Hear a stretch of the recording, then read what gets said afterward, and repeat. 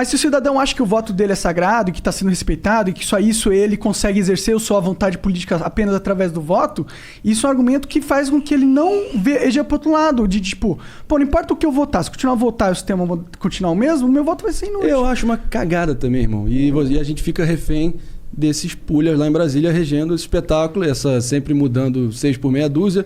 Acho que mais ficou, acho que o Bolsonaro em específico imbuiu a todos nós com uma senso de esperança, né? Falsa total. Então, no segundo turno, conversando contigo, eu imagino que tu votou no Bolsonaro. Cara, não sei se vocês sabem, a campanha do Bolsonaro ocorreu em grande parte na minha casa. É mesmo? Sério?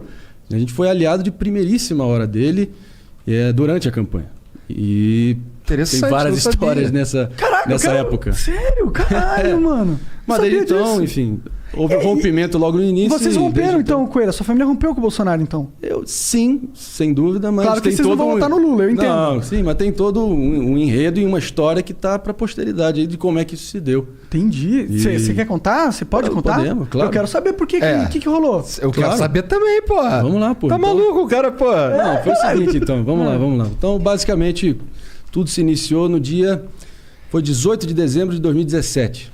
Tu inventa essas datas, né? Pode ver, pô. Não, eu me amarro nas datas. Tem gente que gosta de data, né? 18 de dezembro de 2017 foi quando então o pré-candidato à presidência Jair Bolsonaro chegou na minha casa, no Jardim Botânico, no Rio. Eu sou filho do empresário no Rio de Janeiro chamado Paulo Marinho. E quem fez a conexão foi o então chefe de campanha dele, Gustavo Bebiano. Era amigo do meu pai, 40 anos, a vida inteira. Ficaram um tempo... Sem se falar, pô, as vidas só se separaram, mas sempre mantiveram contato remoto.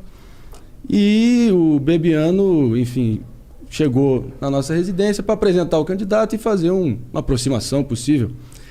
Naquele momento ali, o núcleo duro da campanha era do tamanho, meu irmão, da torcida do Botafogo com Covid, meu irmão. Depois do Covid.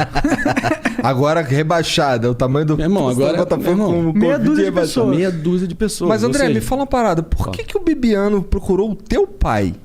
Porque, primeiro, confiança no taco dele. E sabia que ele poderia ser uma pessoa que poderia ajudar de alguma forma naquele momento. Tá. O meu pai, e de novo que fique claro aqui, porque as pessoas ficam sempre tentando buscar associações e tal, mas o meu pai, eu respondo pelo meu CPF, mas naquela conjuntura o meu pai estava tentando viabilizar a candidatura do Dória à presidência da República em 2018. Tá. Olha lá.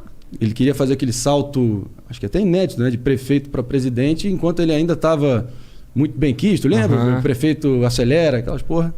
Então, mas o Dória não conseguiu se viabilizar internamente no PSDB.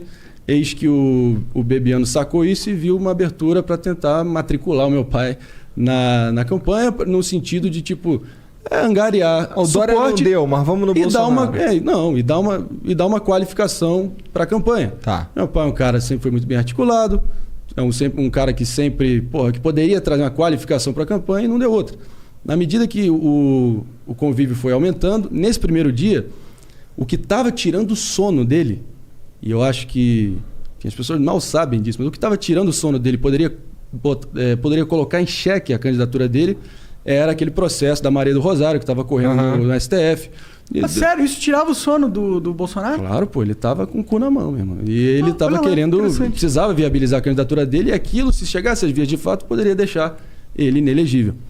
Porque tem o lance da ficha limpa, etc. E meu pai, prontamente, enfim, vendo que o pleito dele era razoável, que não era digno, talvez, de rescindir ou de tirar os direitos políticos dele naquele momento, se prontificou a sugerir uma assessoria jurídica para tentar contornar o assunto.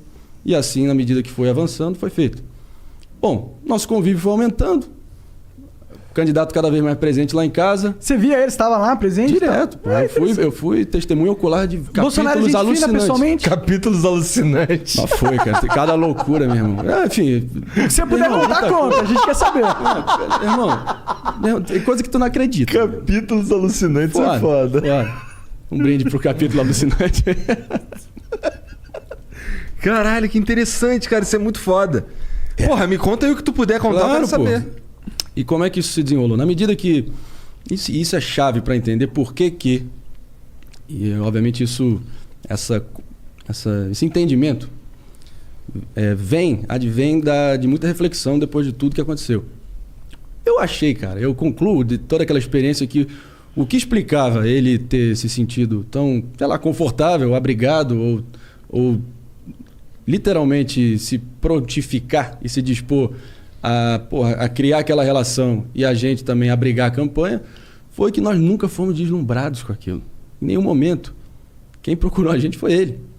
A gente estava na nossa. Nós éramos, sei lá, a gente estava tocando nossa vida no Rio. Mas havia uma urgência nacional para promover a alternância de poder. A máfia clepto-sindicalista do PT já tinha atingido o seu absoluto limite.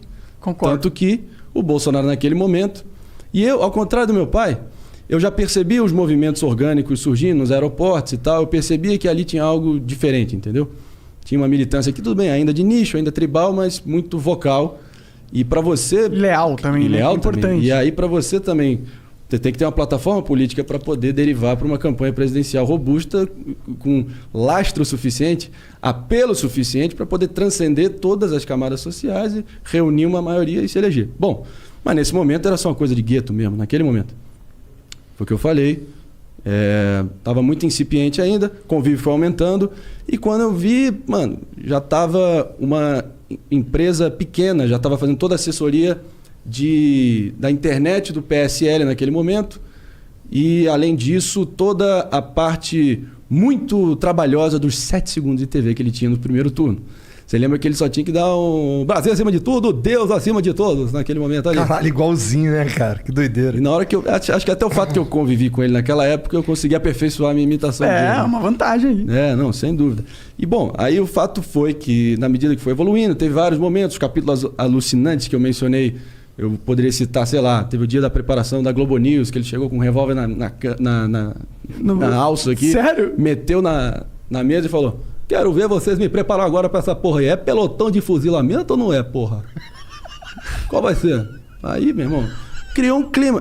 E eu olhando com a cara juvenil, tentando entender como é que eu preparo o cara. E tava um climaço, mano. Não sei se vocês lembram, aquela sabatina. E o cara foi bem. Bom...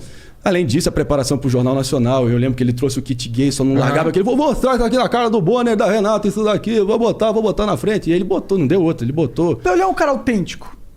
Você acha que ele é autêntico ou você acha que ele aprendeu a usar a percepção da autenticidade da... Perfeito. Pra... Eu já não me engano mais, entendeu? Entendi. Porque o que aconteceu olhando adiante... E, de novo, a nossa relação tinha uma data de expiração. Nunca houve uma expectativa além de... ajudar como a gente fez, despendendo a energia, sacrificando a privacidade da nossa família por 1 ano e pouco, despendendo, cara, meu irmão, nos associando umbilicalmente com aquele processo. Tinha brigar grana na nossa casa também? Meu irmão, a gente chegou a brigar no segundo turno. Não, grana não. Grana era tudo, enfim. Tá. A questão de doações. Entendi. O negócio era articulação. E literalmente o gesto de abrigar uma campanha que, na medida que ela foi ganhando tração, amplitude, capilaridade, começou a surgir as moscas do poder que começaram a querer se associar, mas o Bebiano era uma fortaleza protegendo o Bolsonaro. Quando o Bolsonaro participou de 2 debates, o da Band e da Rede TV, a única pessoa que ia lá, além do Magno Malta, que estava ali meio encherido, era o Bebiano, que, enfim, foi o fiel escudeiro dele, né? Foi o braço direito dele durante a campanha. E o Bebiano, nesse período, se tornou um tio para mim. E o que aconteceu, basicamente, o que culminou na morte do Bebiano, no ano seguinte, né? Verdade, esse cara morreu, né, mano? Que bizarro. Eu sempre achei meio esquisito ele morrer E assim. aí que tá, não tem nenhum remorso da nossa parte. Lógico que depois de tudo que a gente dedicou para a campanha, acho que talvez o mínimo era, pelo menos na coroação da campanha, que era posse, como vários aliados de todas as áreas de atuação foram convidados e foram acomodados lá em Brasília naquele dia, só para presenciar aquele momento histórico. A gente não foi, mas sabe quem foi? A nossa cozinheira de 25 anos, maravilhosa, amo você, Rainê, se estiver vendo aí, saudades do seu estrogonofe, do seu macarrão bolonesa. Um brinde aí, prezada Rainê. Mas, cara, ela foi seduzida pelo poder, pela Michelle e pelo Bolsonaro, ganhando 12 mil reais mensais para ir para Brasília. Então, não só Caralho, a gente não foi convidado para fudeu, ainda roubou tua cozinheira. Não, eu me fudi por isso.